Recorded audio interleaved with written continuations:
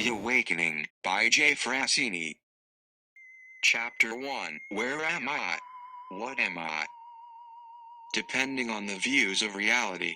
According to humanity or theology, I am in a galaxy, encompassing universe, living on a planet called Earth, with all the research found by scientists and archaeologists from rocks they tested. The Earth is suggested to be approximately 4.6 billion years to the present. Then there are the different religions that tell of Earth ages, and time gaps that's recorded in scriptures. But what's the difference how old all this really is, when I'm still clueless about where here even is? With all that I know, while I'm here I may never know, where am I? But without a doubt I definitely know, here I am. Given that I have all my senses, it would be insane and senseless to say all this is here by accident, when actually I can see with clear sight that this was absolutely designed in mind to be inhabited with life. Although unfortunately, I have yet to see a UFO or alien, I can't imagine why this enormously marvelous universe would be empty. However, something certainly made sure it wouldn't be easy to know for certainty. Considering that Proxima Centauri, the closest star within our proximity, is located 4.2 light-years away from us Earthlings. With that distance it would take our fastest spaceships over 50,000 years to make this journey. So far evolution for the most part has evolved rather slowly. Getting right down to the bottom of the barrow, people really don't know nothing, especially regarding our whereabouts or our role in this whole cycle of paradox. But nevertheless, this orchestrated conglomerate planet does exist, and seems to be catered in synchronicity for the life it's inhabiting. A self-sustaining organism making, amazingly staying hanging, orbiting this marvelously massive space by its gravity, in perspective to the cosmos and its colossal conundrum of uncertainties. The world I live on appears to be exclusively made for humanity.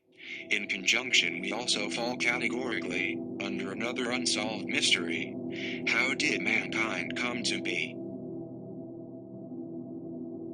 Compared to the planet, the ocean, the trees and animals, people are the newest addition to this asteroid. Yes, the inner core of this globe is a solid sphere made of iron, the size of the moon and as hot as the sun. 6 layers later, some supposedly hollow, and 4,000 miles above, is the Earth's outer crust. The element that's most crucial for life in this environment is oxygen. The most abundant form of this chemical comes from the soil and vegetation. Climate on infant Earth was vibrant and its creatures grew with unprecedented expansion.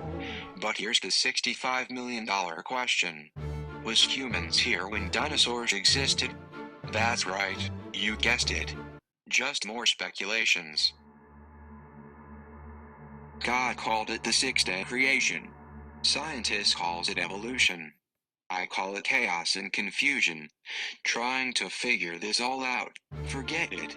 I see why I have amnesia. I'd rather stayed sleeping, but something divine has awakened my hibernation. With the anxious hunger for answers, hunting for the truth until I'm full from my investigation. Now, as for us, mammals, reptiles and amphibians living in communion, I'll have to dissect and digest what little evidence is left of ever knowing. The Earth and her history is filled with tragedy and hidden mysteries. It seems she's cleaned up some truancy and disobedience through calamities, trying to wash away sin by flooding out enemies. Sadly everything had to die or drown. So now any proof of the past that's found is either washed up or watered down. The first wipe away was so devastating, the planet got a different birthday or Earth age.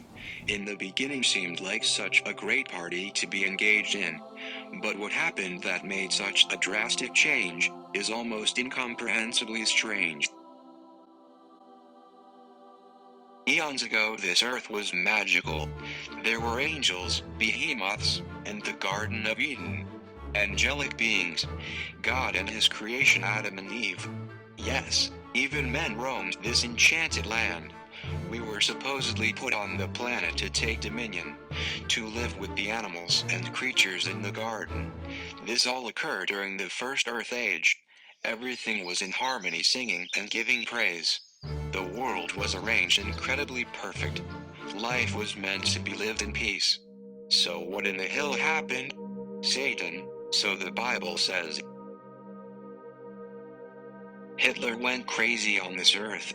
The word was defied by Lucifer. Coincidentally, they both fell from high rankings. They both wanted to control everything, and they both led millions into persecution. It's baffling how one being can cause so much havoc. It's even hard to imagine, yet it happened, here on this planet. And apparently in heaven. I guess the morning star went dark, or should I say the devil rebelled. The serpent started a war in paradise. Satan wanted more power than what was authorized, convinced 1/3 of the angels to follow, but was defeated, overthrown and cast down on this world, which started the new heavens and earth, or the catapult. Genesis 6, verse 4. There were giants in the earth in those days, and also after that, when the sons of God came in unto the daughters of men, and they bare children to them, the same became mighty men which were of old, men of renown. So the story goes, according to the Holy Bible, after Lucifer was thrown on this globe, the earth and its heavens became empty and void, thus keeping the drama of what's fact or fiction a secret, and its demise. Now what's left is a quest for answers we try to gather from scattered scrolls or fragments of tablets we find. But before I go any further on Satan's saga, or Earth ages and gaps of time, I better recap before I relapse from trying to digest this anarchy and the divine. It's told this world is 4.6 billion years old. As for the ocean it holds, no one really knows how the water got here. Scientists say they have almost no idea. Around 220 million years ago, there was one land or continent called Pangaea. Dinosaurs dominated and roamed the planet freely. 125 million years ago, the plates started shifting. The ground broke up around the time amphibians and reptiles started appearing.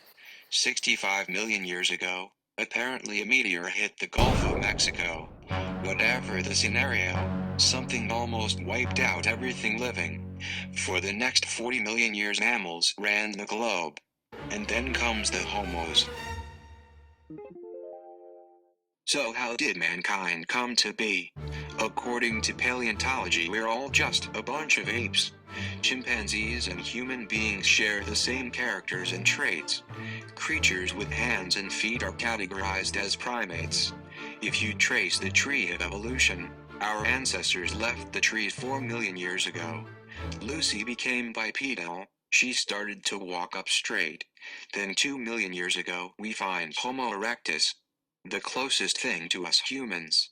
East Africa is where this all takes place. Then 1 million years ago homos almost go extinct. Apparently from the Ice Age. So did the ecosystem and organisms appear by magic? No, not exactly. It's electricity. The planet turning, moving, pulling electric from the sun. The Earth's inner core sphere, spinning, burning, liquid iron. This combination creates energy.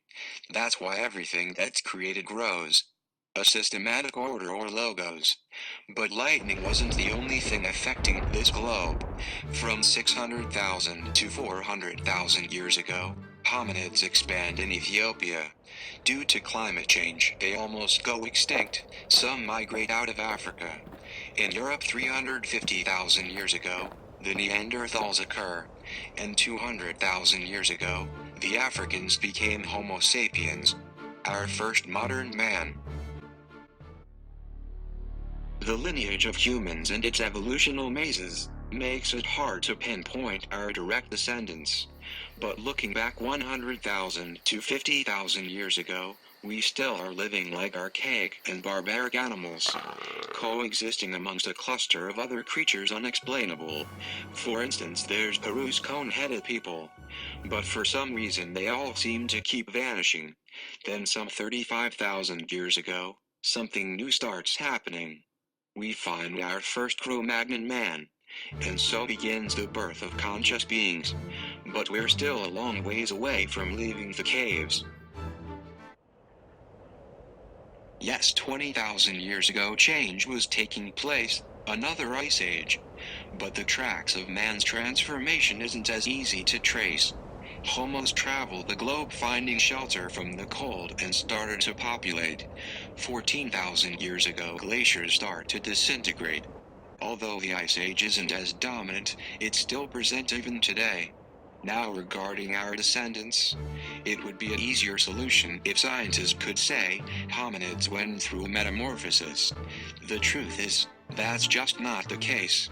Fossils we uncovered shows the facts. Compare their footprints and bones to our own, it doesn't match. Especially not their brains. So what does our Homo family share with us that's the same? Matching DNA. In the chain of events, the absence of evidence makes it hard to link human history. It seems that the truth has come up missing. Yet, I was hoping to find God, zapped us into being. But the Bible wasn't written yet, and the people living 12,000 years back were told to believe that they were just hunting wandering derelicts. Without language, nothing written, no mathematics and minimum intelligence. But is this really accurate? Not according to what's left behind on the planet. As a matter of fact, the dots of the past 20 million years doesn't connect. Nothing matches or makes any sense. The planet's past seems to be erased. They say the human race became people around 9,000 years ago, because they became agricultural. But to say we've only gotten as far as planting farms isn't really historical. It's undeniable that this world is filled with structural phenomena that's still unexplainable, not to mention millions of years old. For example, there's Kailash Temple in India, the megalithic structures of Malta, underground cities in Cappadocia, Pumapunku in Bolivia, and not last or least, there's Egypt's Great Pyramid and the Sphinx. Peeking in the past is best kept a secret. What you discover might uncover millions of years of cover-up or disappointment. Tales told about the time eons ago on this planet come across more mystical and less believable. Stories of invasions, Atlantis, giants, the Titans, and the Pleiadians, advanced colonization, higher cultures, flying saucers, and entire populations completely disappearing. Millions of years of evolution gone. 8,000 years ago, there were no more hominids or Neanderthals. What's most odd, out of all this that happened, from all the different races of humans living back then, there's no findings of anything recorded or written. I have not yet reached a conclusion regarding my mission. I feel like I'm drifting, fishing for the verdict, eating on the information I've gathered. Frankly, I find it rather hard to stomach. It's not exactly what I expected and wasn't easily digested. However, I'm well rested, awoke and conscious. As for the answers to my questions regarding the chronicles to mankind's origin, that card appears to be missing from the deck. Perhaps lost by too many dealers shuffling, wanting to manipulate the past for their own outcome. I'll have to see what I find for myself, moving forward.